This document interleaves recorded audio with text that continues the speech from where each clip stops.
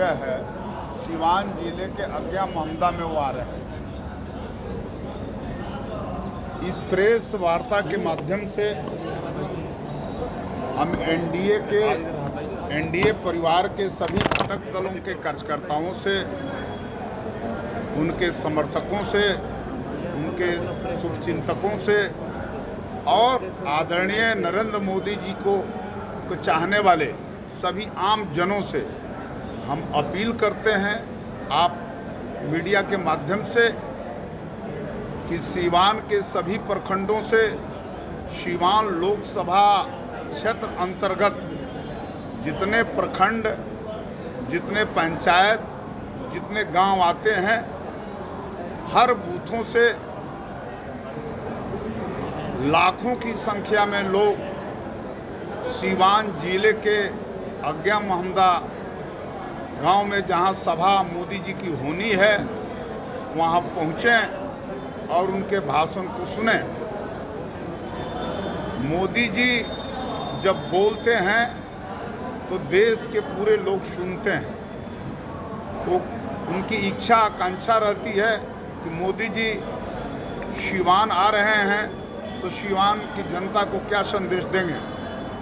मैं समझता हूं कि मोदी जी के भाषण के बाद एनडीए परिवार के तमाम समर्थकों के अंदर, तमाम शुभचिंतकों के अंदर, उनके चाहने वाले लोगों के अंदर और जोश खरोश पैदा होगा और सीवान लोकसभा चुनाव क्षेत्र से जो एनडीए की उम्मीदवार हैं जनता दल यू से विजय लक्ष्मी देवी जी ऐतिहासिक जीत हासिल करेंगी। सीवान में अभी तक जो एनडीए जीतते रहा है उससे भी ज़्यादा अंतरों से जीतेगी। इसलिए हम तमाम समर्थकों से जोरदार अपील करते हैं कि वो सीवान के अज्ञा महमदा पहुँचें। ऐसे जो हमारे पास ग्राउंड की रिपोर्ट है, हम जहाँ से कहे थे एक गाड़ी, जनता ने 3-3 गाड़ी कर लिया है स्वतः स्फूर्त। बहुत सारे लोग तो कह रहे हैं कि हम लोग मोटरसाइकिल से ही चलेंगे, लेकिन हर जगह कहीं लोग बस से जा रहे हैं, कहीं मोटरसाइकिल से जा रहे हैं, कहीं 4 व्हीलर से जा रहे हैं। अजीब तरह का उत्साह है। मैंने कुछ ऐसे जगह जहां हम लोगों का खबर नहीं गया था, वे लोग पता लगा लिए हैं कि मोदी जी सीवान आ रहे हैं और उनके अंदर और करीब हमको रात 1 बजे तक फोन आया कि रमेश जी मोदी जी आ रहे हैं, आप बताए नहीं। हम कहें, कह रहे भाई मीडिया के जरिए तो सबको पता ही है। तो हाँ, आप लोग एक ही, हम कहें नहीं, हम लोगों के जरिए भी सब जगह खबर कर दिया गया है। तो देखिए, यहाँ बीजेपी के जितने कार्यकर्ता हैं, जितने समर्थक हैं, लोजपा रामविलास के भी जितने समर्थक हैं, जनता दल यू के जितने कार्यकर्ता और उसके समर्थक हैं, आपको जीतन राम मांझी जी के जितने समर्थक हैं, राष्ट्रीय लोक मोर्चा उपेंद्र कुशवाहा की भी पार्टी के जितने समर्थक हैं, ये सब लोग जा रहे हैं। और अब तक मोदी जी हर लोकसभा चुनाव में सीवान आते रहे हैं। कभी ओरमा में प्रोग्राम उनका हुआ है तो कभी उधर श्रीनगर में हुआ है। इस बार सीवान जिले के गोरियाकोठी प्रखंड के अज्ञा महमदा में उनका प्रोग्राम होने जा रहा है, इसी जिले में। और वहीं से दोनों लोकसभा क्षेत्र के बीचों बीच में वो जगह है और जगह भी बहुत बढ़िया चुना गया है, व्यवस्था भी बहुत ठीक ठाक है। विपक्ष कह रहा है कि मोदी का असर अब नहीं है, इसलिए क्योंकि इस बार जो है कि उनकी विदाई है। आप लोग कह रहे हैं कि 400 के पार, अब वो बोल रहे हैं कि इस बार उनकी विदाई है। क्या आखिर ऐसा क्या वजह हो सकता है? देखिए, पिछले बार भी विपक्ष यही कह रहा था, लेकिन स्थिति क्या हुई, विपक्ष में बैठने का जो विपक्षी दल के नेता का जो ये होना चाहिए, कोरम भी नहीं पूरा कर पाया विपक्ष।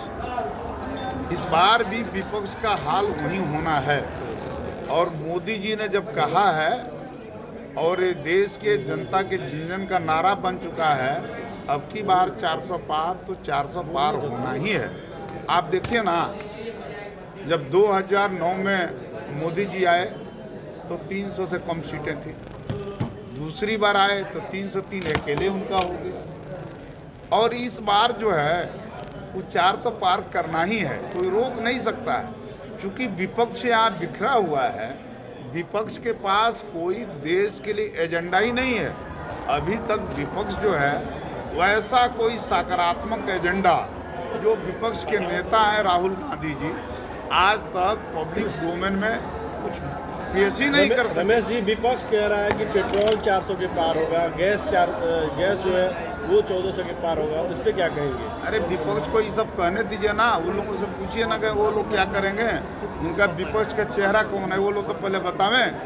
मान लिया जाए कि चलिए विपक्ष का कौन है पीएम फेस, आज तक वो घोषित हुआ, कोई जानता है?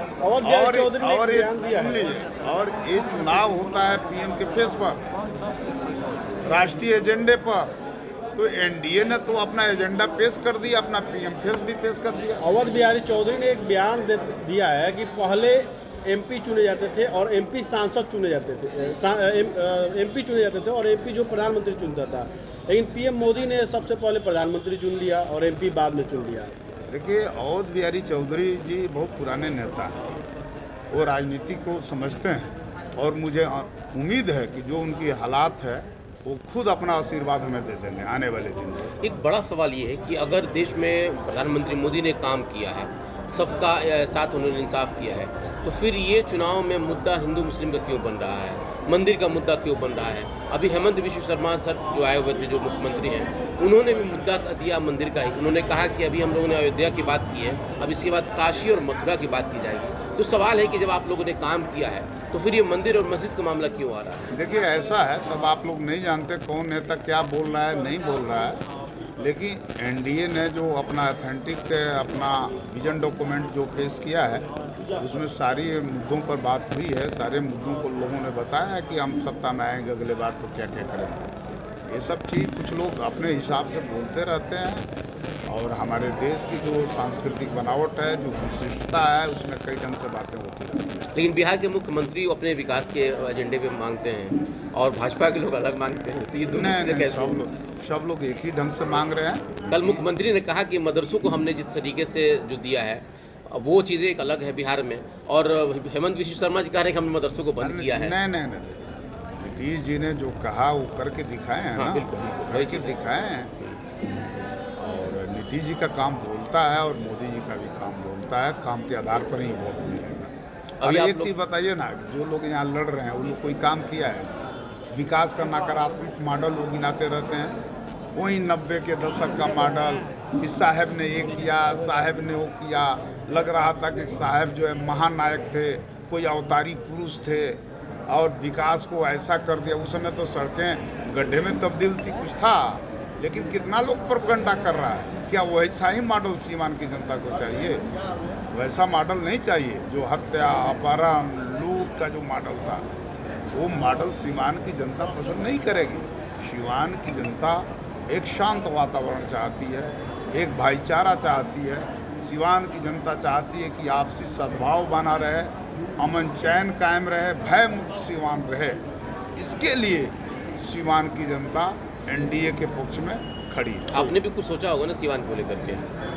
हम तो लोगों से पूछते रहते हैं, बताइए ना हमको क्या क्या और करना चाहिए। हम तो जब विधायक थे तो मेडिकल कॉलेज लाए थे, आदरणीय मंगल पांडे जी के सहयोग से, मुख्यमंत्री जी के आशीर्वाद से। हर गांव तक पक्की सड़कें पहुंच गई हैं, हर गांव तक बिजली पहुंच गई है, इंजीनियरिंग कॉलेज बन गया है, पॉलिटेक्निक कितने कॉलेज बने, ITI कॉलेज खुले। यही तो विकास के मुद्दे हैं ना।